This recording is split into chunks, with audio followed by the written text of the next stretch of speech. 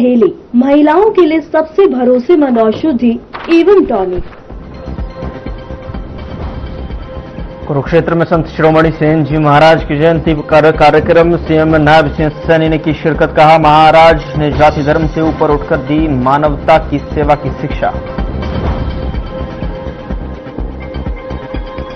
चंडीगढ़ में हुई state Ford for wild life की 8वीं बैठक। सीएम नायब सिंह सैनी की अध्यक्षता। वाइल्ड लाइफ संरक्षण को मजबूत करने की दिशा में दिए निर्देश।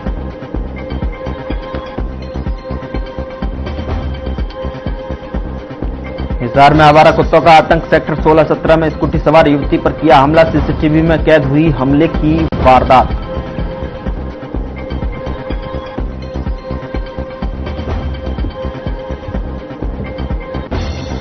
नारनौद नगर पालिका में बिना नोटिस हटाए गए सफाई कर्मचारी। कौशल रोजगार के तहत कार्यरत थे कर्मचारी। प्रशासन के खिलाफ खोला मोर्चा।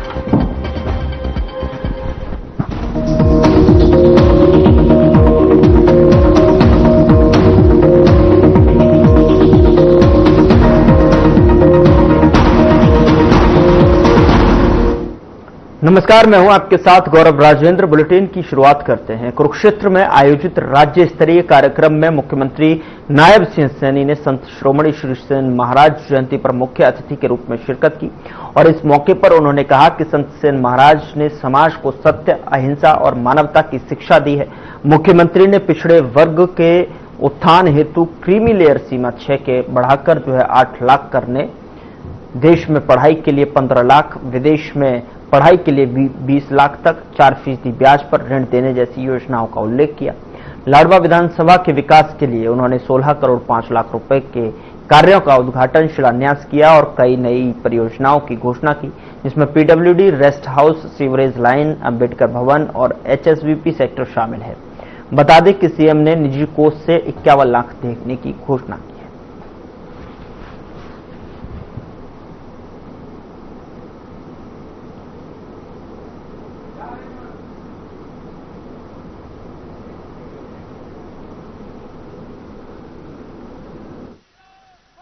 आप इतनी संख्या में यहां पधारे हैं, आप सब बंधुओं का, क्योंकि लाडवा इस पवित्र भूमि पे आप आए हैं। लाडवा की सरदारी ने अपना आशीर्वाद दे करके मुझे यहां पहुंचाने का काम किया है। मैं लाडवा के तमाम सरदारी की तरफ से आप सबका हार्दिक स्वागत करता हूं, आप सबका अभिनंदन करता हूं। साथियों, संत शिरोमणि श्री सेन भगत जी महाराज वो बोलते थे, चाहूं दिस निरखूं एक स्वरूप। ये सेन भगत जी महाराज बोलते थे। सेन भगत जी महाराज का उद्घोष था। उन्होंने उद्घोष करने वाले हमारे सेन भगत जी ने धार्मिक समानता, आपसी सद्भाव को जो संदेश दिया था, वह आज भी हमारे जीवन में हम सब के लिए प्रासंगिक है। साथियों, मुझे ये खुशी है कि संत शिरोमणि सेन भगत जी महाराज ने, उन्होंने अपने शब्दों में कहा, सगुण निर्गुण एक निरखो एक स्वरूप। और उन्होंने सगुण निर्गुण के भरम न भटको, मंदिर मस्जिद बीच न अटको। ये संत शिरोमणि सेन भगत जी महाराज की वाणी है। उन्होंने कहा, नीरे हूं अंध के कूप, चहूं दिस निरखूं एक स्वरूप।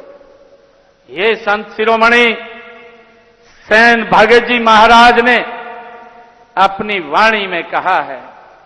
और साथियों, उन्होंने कहा कि मैं सगुण और निर्गुण के भ्रम में नहीं पड़ता हूं। ये सैन भगत जी महाराज ने कहा है। उन्होंने कहा, मैं अंधकार, अज्ञान या रूढ़ियों के अंधकूप में भी नहीं पड़ता। मैं तो चारों दिशाओं में, ये संत शिरोमणि श्री सैन भगत जी महाराज ने कहा, मैं तो चारों दिशाओं में भगवान के स्वरूप के दर्शन करता हूं। ये संत शिरोमणि सैन भगत जी महाराज ने कहा है। साथियों, इस तरह सैन भगत जी ने धर्म और जाति से ऊपर उठकर मानवता की सेवा का संदेश ये संत शिरोमणि श्री सैन भगत जी महाराज ने दिया है। हम सबको जो मार्गदर्शन मिलता है, हम सब की ये जिम्मेवारी है कि हम इन महान विभूतियों को, विरासत को संभालें और उनको सहेज करके रखें। साथियों, इसी उद्देश्य से हमारी हरियाणा सरकार ने संत महापुरुष सम्मान एवं विचार परिवार विचार प्रसार योजना ये हमारी सरकार ने चलाई हुई है।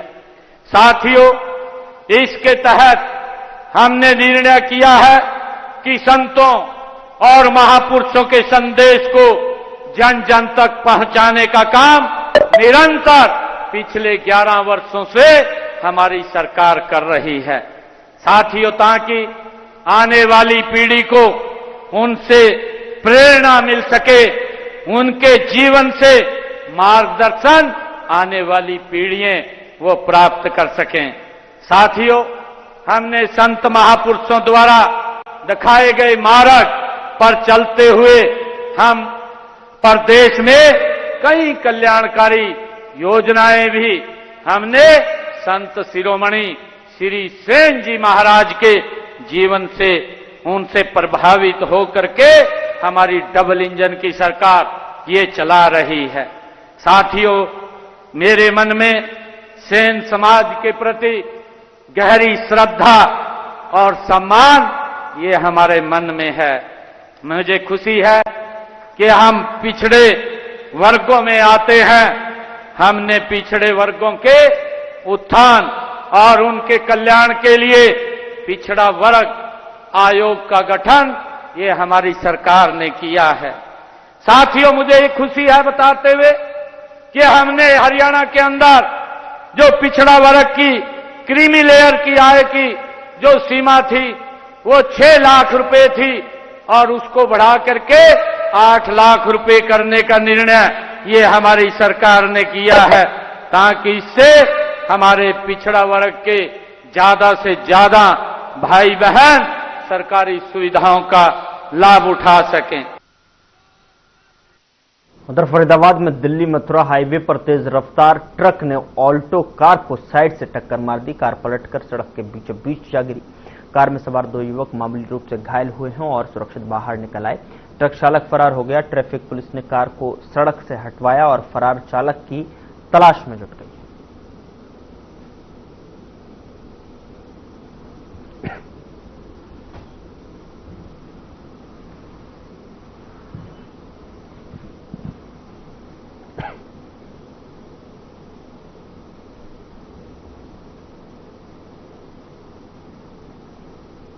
उधर हिसार के सेक्टर 16-17 में स्कूटी सवार एक युवती पर अचानक कुत्तों ने हमला कर दिया। घटना सीसीटीवी कैमरे में कैद हो गई। घटना सीसीटीवी में कैद होते ही स्कूटी से गिरते ही एक पालतू कुत्ता युवती की टांग और हाथ पर दांत मारता दिखाई दे रहा है। कुत्ते की मालकिन ने उसे बचाने की कोशिश की, लेकिन करीब 10 सेकंड बाद कुत्ता फिर लौटकर युवती पर झपट पड़ा।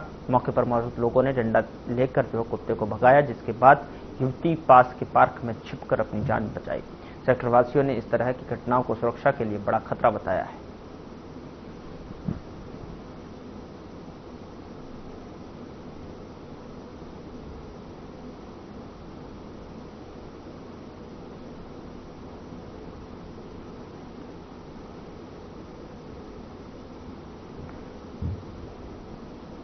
उधर यमुनानगर में हथनीकुंड गांव के पास में पॉलिटेक्निक कॉलेज के छात्रों ने हरियाणा रोडवेज की बसें रोककर हंगामा किया। छात्रों का आरोप है कि बसें कॉलेज पर नहीं रुकती और ड्राइवर कंडक्टर बदतमीजी करते हैं। रोड जाम बढ़ता देख डायल 112 की पुलिस मौके पर पहुंची और छात्रों को बस ड्राइवर कृष्ण कुमार ने बताया कि लंबी रूट और ज्यादा छात्रों के कारण सभी को बस में ले जाना मुश्किल है। गौरतलब है कि कुछ दिन पहले नशे में धुत रोडवेज ड्राइवर ने 6 छात्रों को कुचल दिया था, जिसमें एक की मौत हो गई थी।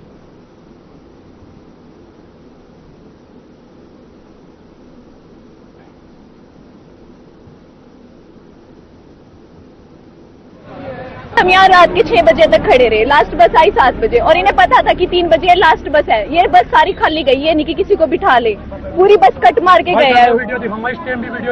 इस भाई ने कहा कि भाई रोक दो, तो इसे ही धमकी दे रहा है कि आगे से तुम्हारे ऊपर चढ़ा के ले इनके ना यही टोंट रहता है कि लड़कियों के ऊपर से बस चढ़ जाती है, तुम ढंग से नहीं चढ़ते।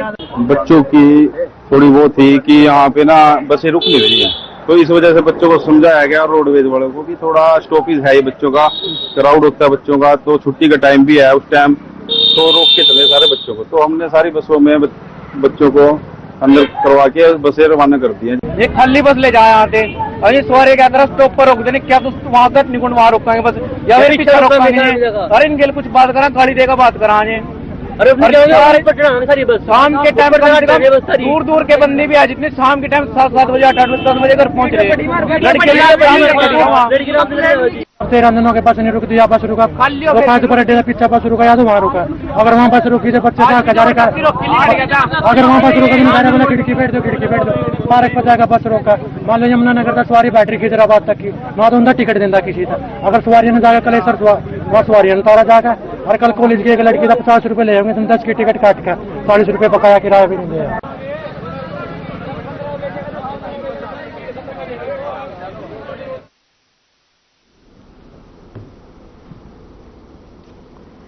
उधर नारनौद में कौशल रोजगार के तहत नगरपालिका में कार्य कर रहे 30 सफाई कर्मचारियों को प्रशासन ने बिना नोटिस दिए हटा दिया। बता दें कि जिसके बाद कर्मचारियों का प्रशासन के खिलाफ गुस्सा फूट पड़ा। 10 कर्मचारियों ने प्रशासन को चुनौती देते हुए भूख हड़ताल शुरू कर दी है। कर्मचारियों की मांग है कि उन्हें फिर से नौकरी पर रखा जाए। अगर उनकी मांग पूरी नहीं होती तो वे प्रदेश भर में बड़ा आंदोलन करेंगे।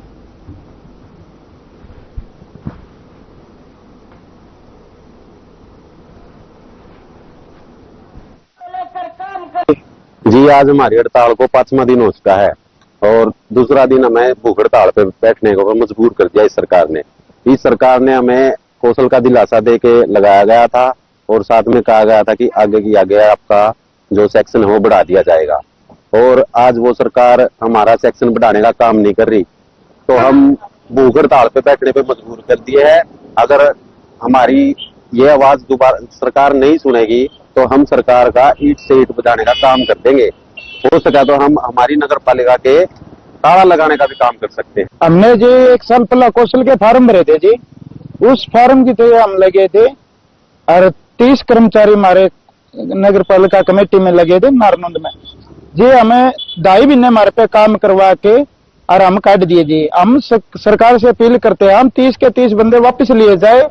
जो हमारी कोई सरकार सुनवाई नहीं करती है तो हम बड़े आंदोलन पे आ जाएंगे।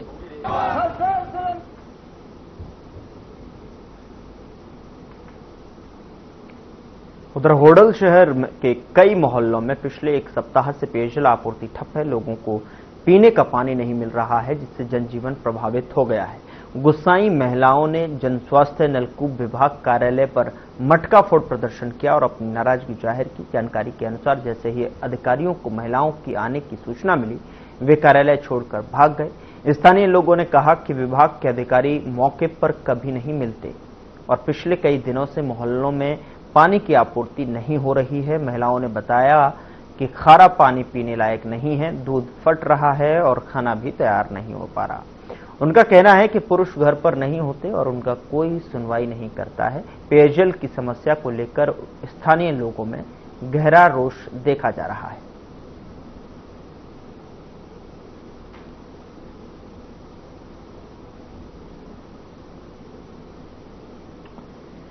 हरियाणा सरकार द्वारा प्रदेश में मार्केट कमेटी के अध्यक्ष में जो है वाइस चेयरमैन की नियुक्तियां कर दी गई हैं और इसी को लेकर आज रतिया मार्केट कमेटी के नवनियुक्त अध्यक्ष राजकुमार व वाइस चेयरमैन कुलवंत सैनी को भारतीय जनता पार्टी के जिला अध्यक्ष प्रवीण जोड़ा ने पद ग्रहण करवाया।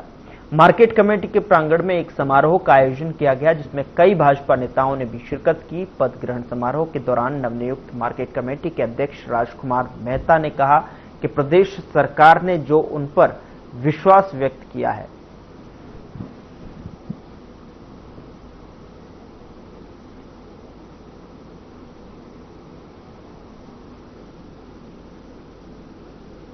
कामनाएं देते हुए मैं कामना करता हूं कि पार्टी ने जो इनको दायित्व दिया, जो विश्वास किया इनके ऊपर, उस पे ईमानदारी से, मेहनत से, लगन से, जनता के हित में काम करते हुए उस पे खरे उतरेंगे। ऐसा मुझे ना केवल आशा है बल्कि मुझे पूर्ण विश्वास है कि ऐसा ही काम करेंगे। क्योंकि भारतीय जनता पार्टी अपने एक एक कार्यकर्ता का ख्याल रखती है। तो भारतीय जनता पार्टी लोकतंत्र में विश्वास करती है।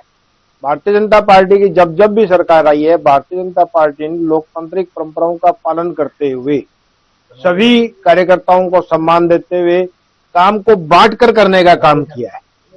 चाहे वो मार्केट कमेटी के चेयरमैन, वाइस चेयरमैन और मेंबर बनाने की बात हो, चाहे म्यूनिसिपल काउंसिल और म्यूनिसिपल कमेटियों के मनोनीत पार्षद नियुक्त करने की बात हो, चाहे एमिनेंट सिटीजन बनाने की बात हो, चाहे और किसी की भी, जो भी लोकतांत्रिक परंपराओं में जिस प्रकार से भी काम को जहां जहां भी बांटा जा सकता है।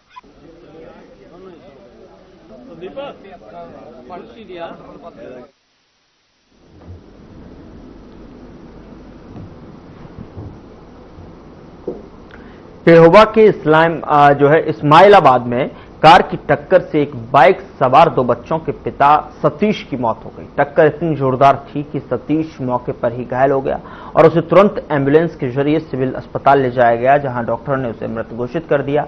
जानकारी के मुताबिक आरोपी कार चालक घटना के बाद मौके से फरार हो गया, जहां पुलिस ने कार नंबर के आधार पर मामला दर्ज कर शव को पोस्टमार्टम के लिए भेज दिया है।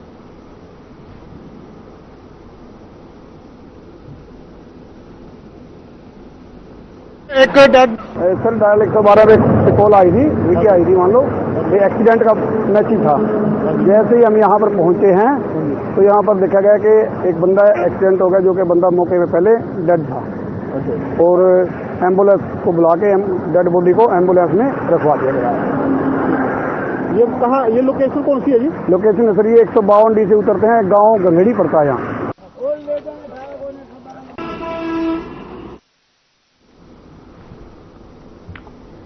प्राइवेट बस परिचालकों ने विद्यार्थियों के साथ बदतमीजी करने के मामले लगातार सामने आ रहे हैं।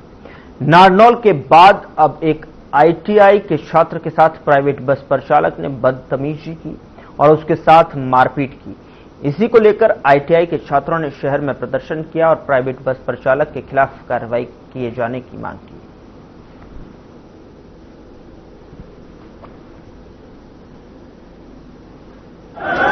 रामपुर जो डाडी है ना, उसे आगे चल तेरे गोली मार दूंगा। किसने बोला है? एक ये कंडक्टर है, ये महादेव का सभी बच्चों को परेशान करता है।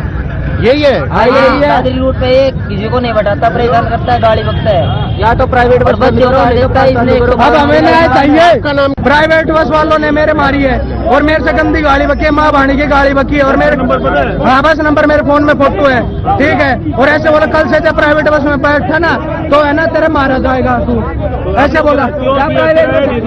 पास चलवा रहे थे, पास चल रहे हैं और लड़की के मान लगा कल मेरी जिज्जी के रेप्ट मारा उसी ड्राइवर ने। क्या नाम है ड्राइवर का? नाम नहीं पता मुझे। यार इनका पास, इनका किराया कैसे लगेगा?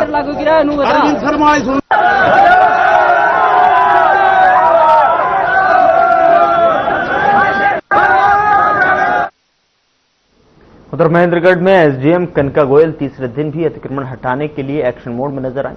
नगर पालिका कर्मचारियों और पुलिस बल के साथ उन्होंने बालाजी चौक, गांधी मार्केट, शंकर मार्केट, सब्जी मंडी होते हुए परशुराम चौक और 11 हट्टा बाजार में जांच पड़ताल की। दुकानदारों और व्यापारियों ने प्रशासन की कार्रवाई का विरोध किया और इसे तानाशाही करार दिया।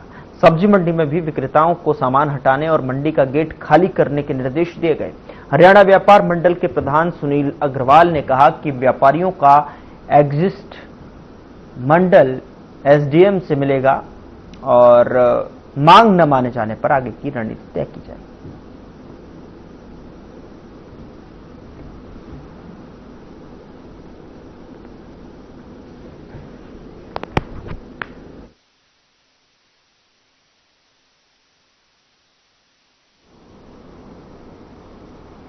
दिसंबर महीने की शुरुआत के साथ ही ठंड और पहाड़ों पर बर्फबारी के कारण धुंध का असर बढ़ने लगा है, बढ़ने की संभावना भी जताई जा रही है। आपको बता दें कि इसके चलते जिला ट्रैफिक पुलिस ने राष्ट्रीय राजमार्ग 19 पर स्थित सर्विस लेन पर अवैध पार्किंग और कंडम गाड़ियों के खिलाफ अभियान शुरू कर दिया है। आपको बता दें कि इस दृश्य से साफ देखा जा सकता है कि स्थानीय लोग अपनी पुरानी कंडम गाड़ियों को सड़क किनारे खड़ा कर देते हैं, जिससे कि दुर्घटनाओं का खतरा बढ़ जाता है, जिस पर जिला ट्रैफिक इंचार्ज जगबीर ने लोगों को जागरूक करते हुए बताया कि आने वाले दिनों में धुंध बढ़ने पर दुर्घटनाओं से बचने के लिए वाहनों को उचित स्थान पर पार्क किया जाना चाहिए।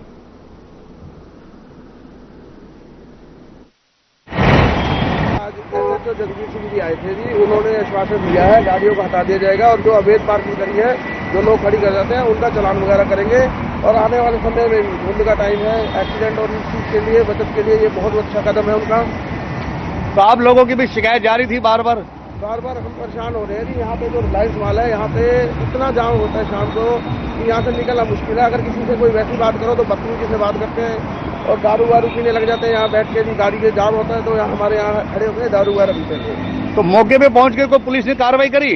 हाँ जी, इन्होंने 2-3 गाड़ियों के चालान काटे हैं और फोटो ले गए और धमकी देके गए हैं कि अगर आगे मुझे कोई भी गाड़ी ऐसी मिली तो मैं उसका चालान भी करूंगा और इसको अपने थाने में जाके खड़ी कर दूंगा, इम्पाउंड कर दूंगा। एसएचओ साहब मौके पे आए हैं, ट्रेन करने पे आए हैं हमारे, और यहाँ पे अवैध रूप से इतनी गाड़ियाँ खड़ी होती हैं डेली। अब भी देख लो आप, कम से कम 25-30 गाड़ियाँ अब भी खड़ी हैं और इतना जाम रहता है। और शाम को इतना जाम होता है कि एसएचओ साहब कहीं जाना हो, पुलिस को भी जाना हो, कहीं नहीं जा पाता, कोई कदम नहीं रख पाता, इतना जाम होता है। मतलब इतनी स्थिति खराब है, शाम को पुलिस की गाड़ियां भी नहीं निकल पाती हैं? सर बिल्कुल इतना जाम रहता है, कोई आधा घंटा लग जाता है यहाँ से निकलने। हम जैसे को भी पैदल निकलना पड़ता है। और आप देखो ये तो यहाँ से गाड़ियाँ आती हैं, ठीक है, देखो आप यहाँ से गाड़ियाँ निकलती हैं, इतना जाम होता है। तो कौन सी जगह है ये? ये रिलायंस मार्ट है पास में और इन्हीं का ही जाम रहता है यहाँ पे, 15-20 गाड़ियाँ। और कब से दिक्कत आ रही है आप लोगों को? कब से दिक्कत आ रही है? सर कम से कम भी ज्यादा नहीं तो 8-9 महीने हो गए हमें यहाँ पे। तो आपने पुलिस को शिकायत करी है? पुलिस पहुंची है मौके पे? मौके पे पुलिस पहुंची है और बाकायदा बाबूजी कह रहे हैं सबसे यहाँ पे आके। कुछ चालान वगैरह भी करे हैं पुलिस ने? चालान वगैरह भी कर रहे हैं और सबको कह रहे हैं कि भाई यहाँ से हटाओ, यहाँ जाम। और सर्विस रोड पे गाड़ी खड़ा करना कोई कानूनी अपराध है, और लेकिन फिर भी लोग बात समझते नहीं है। फिर सड़कों पर कार्रवाई चलती है, जो भी खड़ी रहती है इनको इम्पाउंड भी करते हैं, चालान भी करते हैं और इनको हटवाते भी हैं कैरन से बुला के। तो ये सड़कों पे जो लोगों ने अवैध रूप से पार्किंग बना रखी है, कंडम गाड़ियां खड़ी हैं, धुंध का मौसम आने वाला, लगातार दुर्घटनाएं हो रही हैं, तो क्या लगता है इनसे राहत मिलेगी लोगों को? हाँ, इनको मैंने आज चेतना दे चुका हूँ। अगर आज हटकी तो ठीक है, वरना इनको गाड़ियों को खिंचवा दूंगा और थाने में खड़ी करवा दूंगा। जो भी खराब जो भी सामान हुआ सामान निकाल दूंगा। सर्विस पुलिस ठीक है जी, भाई मुलाजिम बुला रहे, इम्पाउंड कर दूंगा।